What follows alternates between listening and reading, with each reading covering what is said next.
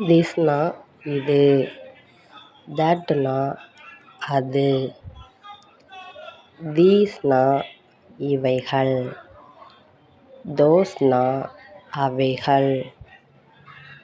திஸ்ஸும் தட்டும் உங்ககிட்ட இருக்கிற ஒரு பொருளையோ நபரையோ குறிக்கிறதுக்கு வரும். தீஸும் தோஸும் உங்களை விட்டு தூரமாக இருக்கிற பொருளையும் நபரையும் குறிக்கிறதுக்கு வரும்.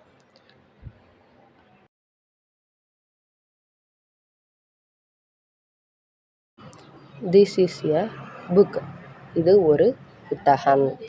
ஒரு புக்கு உங்கள் கையில் இருக்குன்னா திஸ் இஸ் எ புக். இதே உங்களை விட்டு தூரமாக இருக்குன்னா தட் இஸ் எ புக். அது ஒரு புத்தகம் அப்படின்னு சொல்லிக்கலாம்.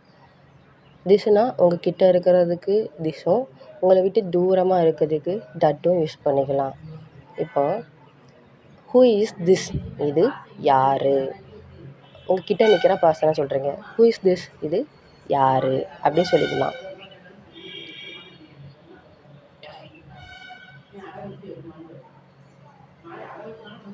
What is this? இது என்ன? That is a car. அது ஒரு கார். உங்களை விட்டு தூரமாக இருக்குது. அப்போது தட் இஸ் எ கார். அது ஒரு car. That is my school. அது என்னுடைய school. That is my house. அது என்னுடைய வீடு. அது யார்? இதை எப்படி சொல்லுவீங்க? Who is that?